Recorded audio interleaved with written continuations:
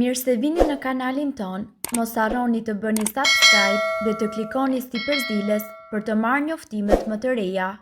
Faleminderit! Vuani nga gazdrat dhe fryrja e barkut, ja çfarë tregon kjo për shëndetin, mësojeni para se të jetë vonë. Sa herë jeni ndjerë në siklet sepse stomaku juaj është fryrë, ndjeni presion, gazdra apo edhe dhimbje, edhe pse nuk keni ngrënë shumë. Shumë njerëz ja atribojnë këto simptoma diçkaje që kanë ngrënë, por e vërteta është se shkaku mund të jetë më i thellë dhe më i zakonshëm nga sa mendojmë. Fryrja, gazdra dhe dhimbja e stomakut nuk janë rastësi, por një sinjal se trupi po përpiqet të na tregojë diçka. Kur bëhet stomaku i ndjeshëm dhe pse ndodh kjo?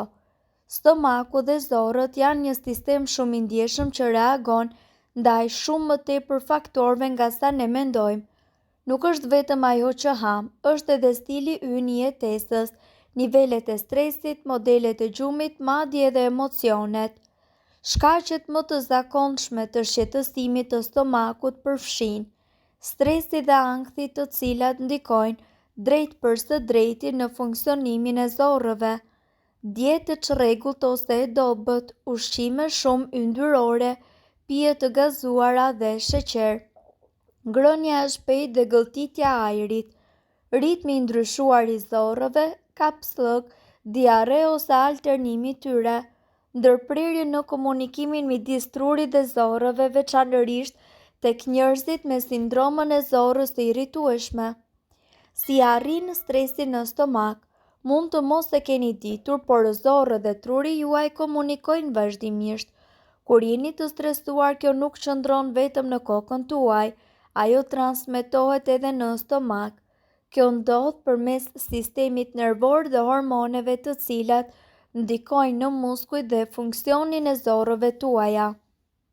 Rezultati, drejtimi i rrjedhës së gjakut në organet jetësore, ngadalësimi i tretjes, dhimbje barku, gazdra dhe dhimbje.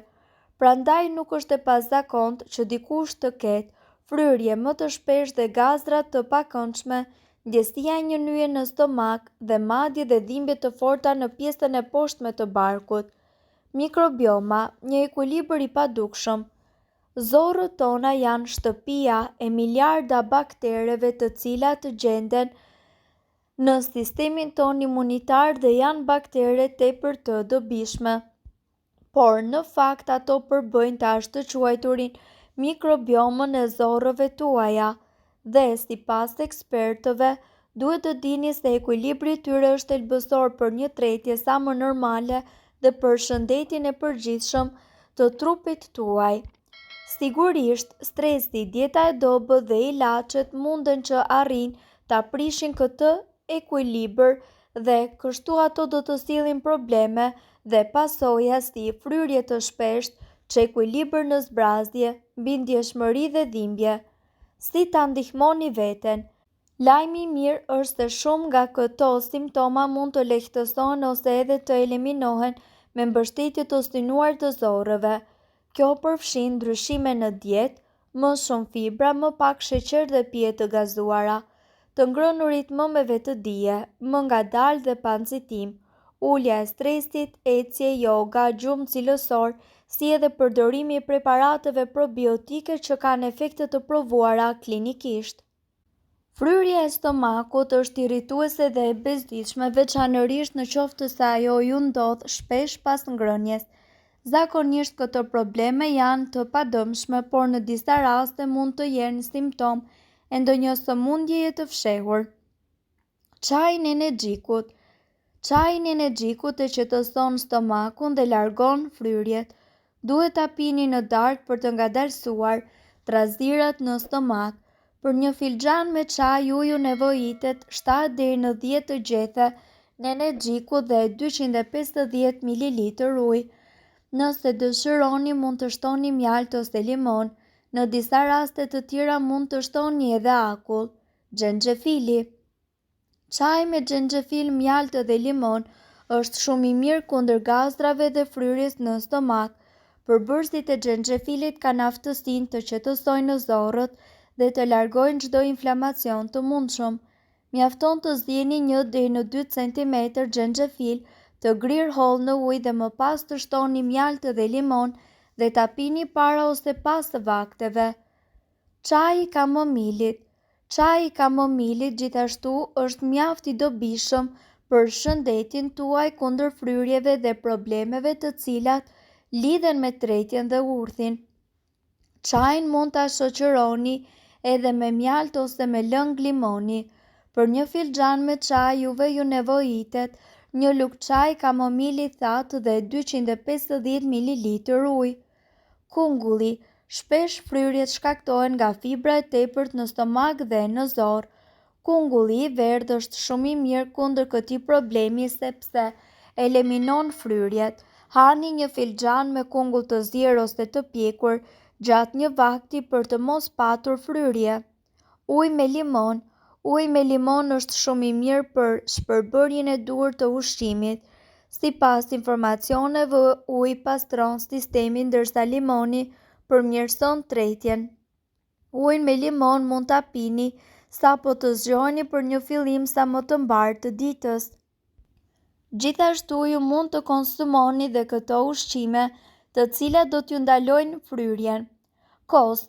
Kosti është i mbushur me probiotik, baktere të mira që popullojnë traktin gastrointestinal për të mbështetur një proces të shëndetshëm të tretjes dhe inflamacion të qetë. Probiotikët janë një pjesë e rëndësishme e shëndetit të zorrëve, veçanërisht kur keni gulqime dhe gazra. Xhenxhefil.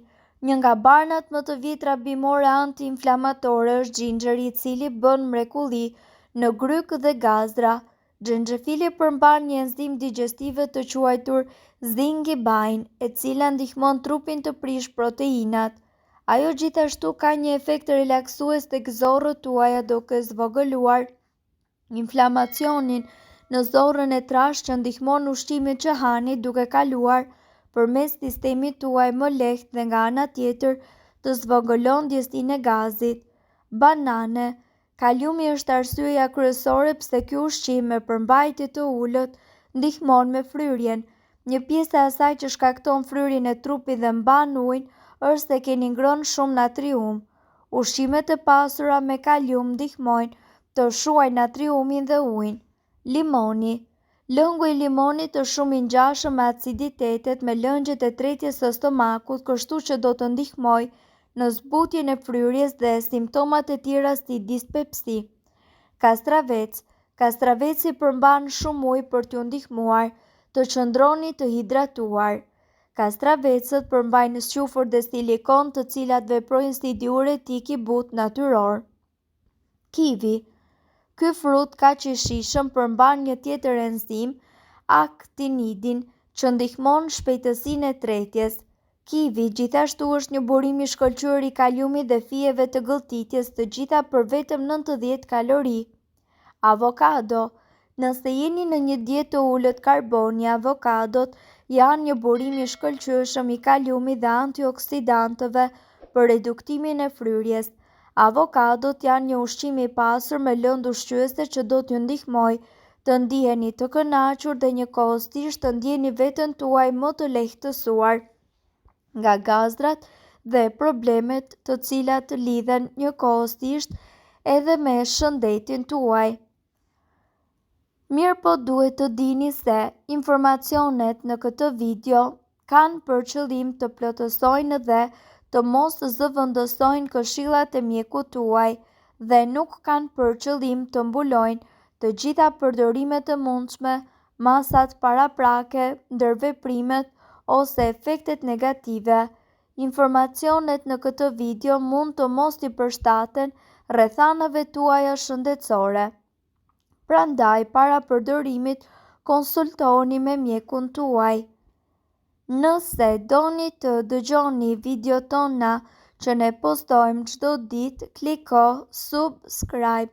Ju ftojmë gjithashtu të bëni like në videot tona nëse i keni dëgjuar dhe pëlqyer ato. Faleminderit që e pat videon ton. Shpërndajeni këtë video në profilin tuaj në mënyrë që të informohen edhe shokët tuaj. Faleminderit.